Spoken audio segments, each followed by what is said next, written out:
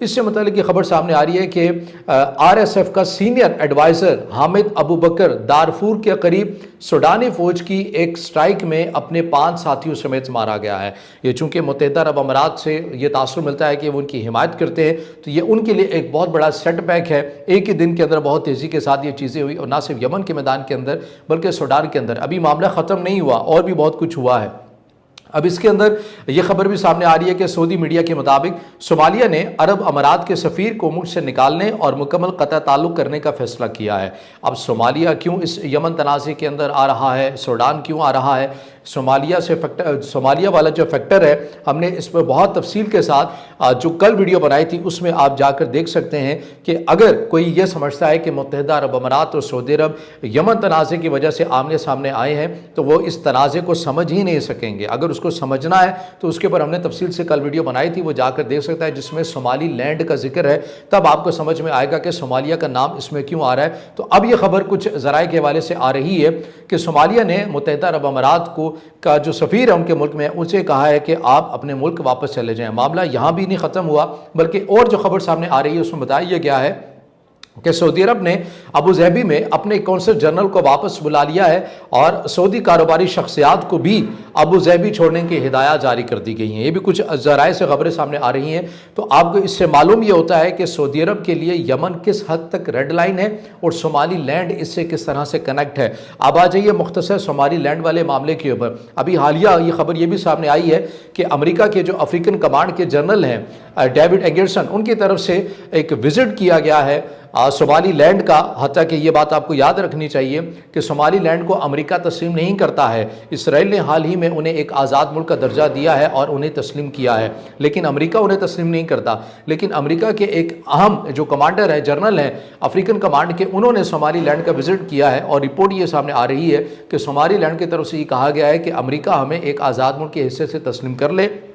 بدلے میں جو ہمارے ملک کے اندر قیمتی معدنیات ہیں وہ امریکہ ہم سے لینے کے لیے تیار ہو جائے، ہمیں اس میں کوئی انکار نہیں ہوگا، اور اس کے ساتھ ساتھ اگر وہ اپنی ملٹری بیس بھی بنانا چاہتا ہے تو وہ بنائے۔ گو کہ اس کے اندر رسمی طور کے اوپر جو رپورٹ ہوا اس میں بتایا گیا کہ امریکہ نے ریڈ سی اور باب المندب کی جو سیکیورٹی ہے اس پوائنٹ آف ویو سے وزٹ کیا۔ اصل جو راز ہے وہ ریڈ سی اور باب المندب میں ہی ہے، کیونکہ یہ ایک اہم تجارتی آبی گزرگاہیں ہیں سعودی عرب کے لیے۔ تو جو پلاننگ ایک بنتی ہوئی نظر آ رہی ہے سعودی عرب کے اگینسٹ، وہ کچھ اس انداز میں بن رہی ہے جس کے اوپر تجزیہ کار کچھ مبصرین یہ کہہ رہے ہیں کہ چونکہ سعودی عرب میں ایک 6 سے 7 سال سے تقریباً مسلسل ایک دباؤ ہے کہ وہ ابراہیم اکارڈ کے اندر شامل ہو جائے۔ متحدہ عرب امارات اس کے اندر شامل ہو چکا ہے، بحرین شامل ہو چکا ہے، مراکش اس کے اندر شامل ہو چکا ہے۔ سعودی عرب کے اوپر دباؤ اس لیے تھا، یا بار بار سعودی عرب کو اس لیے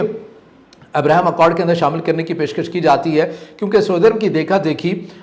جو بہت سے اسلامی ملک ہیں وہ بھی اس کے اندر شامل ہو سکتے ہیں، لیکن سعودی عرب کی طرف سے کہا گیا، ایک کنڈیشن رکھی گئی کہ فلسطین کو ایک آزاد ریاست کا درجہ دے دیا جائے، پھر ہم اس معاملے کے اوپر غور کرتے ہیں۔ انکار نہیں کیا گیا سعودی عرب کی طرف سے، ایک کنڈیشن رکھی گئی۔ اب جو معاملہ ہے، کیونکہ بنجامن نیتن یاہو کی طرف سے بھی کہا گیا کہ سعودی عرب ابراہیم اکارڈ کا حصہ بنتا ہے یا نہیں بنتا، اب ہمیں اس سے کوئی فرق نہیں پڑتا، لیکن آپ کو یہ بھی پتا ہے کہ متحدہ عرب امارات اور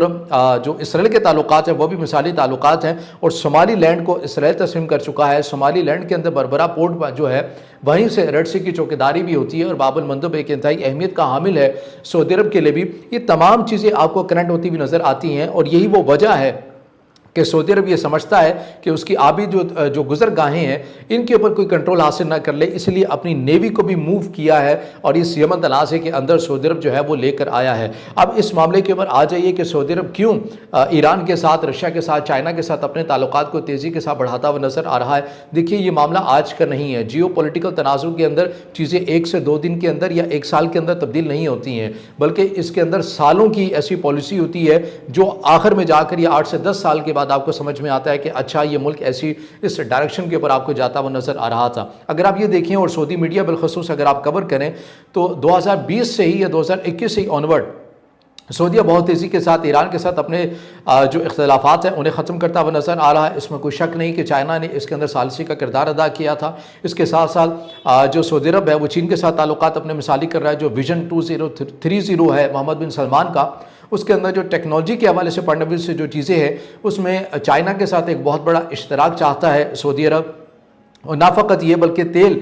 کی جو خرید و فروخت ہے وہ مقامی کرنسی میں کرنا چاہتا ہے۔ ابھی یہ بات صرف اس کے اوپر غور و خوض ہی ہو رہا ہے، حتمی بات نہیں ہوئی، لیکن بات ہونا ہی یہ امریکہ کو پریشان کیے ہوئے ہے، اور برکس کے اندر گو کہ اپنی شمولیت سے انکار کر دیا فی الحال سعودی عرب کی طرف سے، لیکن اوپیک میں رشیا کے ساتھ بھی تعلقات اپنے بڑھاتا ہوا سعودی عرب نظر آ رہا ہے۔ اور جو یہ پہلے تاثر تھا سعودی عرب سے متعلق کہ یہ امریکہ ہی کا اتحادیہ اور اسی کیمپ کے اندر ہی رہے گا، اب ایسا لگ رہا ہے کہ سعودی عرب ایک توازن رکھنا چاہ رہا ہے، اور یہی بات غالباً جو عالمی طاقتیں ہیں انہیں کچھ اچھی نہیں لگ رہی۔ اور یہ ایسا ہوتا بھی ہے کہ جب عالمی پلیئرز کی یا عالمی طاقتوں کے ہاتھ میں آپ رہیں، ان کی گڈ بک میں رہیں، تو سب اچھا ہے، آپ کے لیے سب آسانیاں پیدا کی جاتی ہیں، اور جیسے ہی آپ ان سے ذرا سے ہٹتے ہیں تو آپ کے آس پاس ایک جنگی ماحول یا تنازعات یا تصادم کی طرف آپ کو دھکیلنے کی کوشش کی جاتی ہے۔ در حقیقت انڈائریکٹلی پیغام دینے کی کوشش کی جاتی ہے کہ اگر آپ ہماری لائن میں ہی رہیں گے، ہمارے ہی کیمپ میں رہیں گے تو سب اچھا ہے، اور اگر آپ نے یہاں سے وہاں جانے کی کوشش کی تو پھر یہ دیکھیے کہ آپ کے ملک کے آس پاس ہی کتنے ہی ایسے تنازعات ہوں گے جن کے اندر ہم آپ کو گھیرنے کی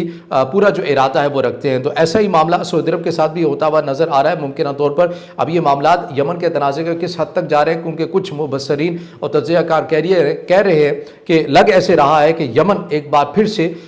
خدا نہ خاصا لیکن لگ ایسے رہا ہے کسی ایک اور بڑی خانہ جنگی کے اندر بھی تبدیل ہو سکتا ہے۔ لیکن اصل یہ چیز یہ ہے کہ کیا سعودی عرب ان تمام چیزوں کا دباؤ برداشت کر لے گا، اپنی لائن سے ہٹ جائے گا، یا اسی لائن کے اوپر قائم رہے گا جس کے اوپر وہ ابھی چلتا ہوا نظر آ رہا ہے؟ اس کے اوپر آپ کی کیا رائے ہے ضرور کمنٹ میں اظہار خیال کیجئے گا۔ اس ویڈیو کو اپنے دوستوں کے ساتھ زیادہ سے زیادہ شیئر کیجئے گا، ویڈیو کو لائک کیجئے گا، اور اس چینل کو زیادہ سے زیادہ سبسکرائب بھی۔